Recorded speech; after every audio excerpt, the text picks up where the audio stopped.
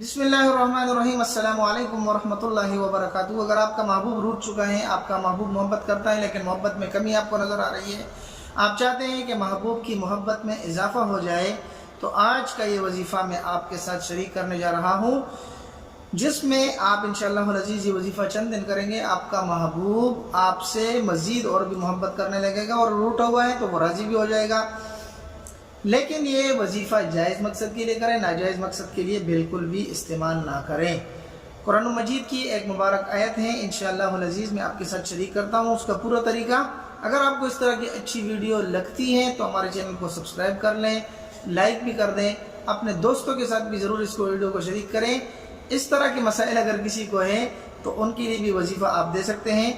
हमारे साथ अक्सर लोग रब्ता करते हैं कि यार ये नक्शा में बनाना मुश्किल है, तो ये आसान सा वजीफ़ा है, आप ये कर लें।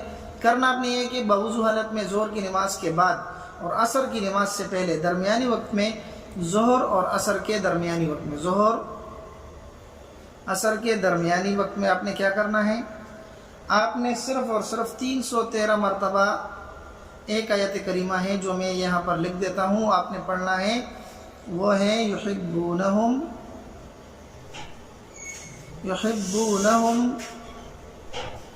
कहुब्बिल्लाह, युहिब्बूनहुम कहुब्बिल्लाह, ये 313 मरतबा आपने पढ़ना है।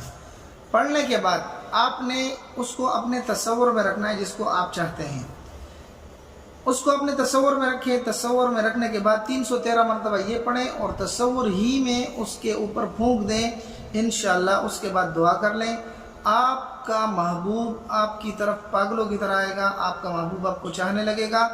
अगर मोहब्बत में कुछ कमी है तो और भी मज़ीद मोहब्बत करने लगेगा। उम्मीद है कि ये मुख्तसर सी वीडियो, ये मुख्तसर सा वजीफ़ा आपको पसंद आया होगा। अगर पसंद आए तो ज़रूर हमारे चैनल को सब्सक्राइब करें।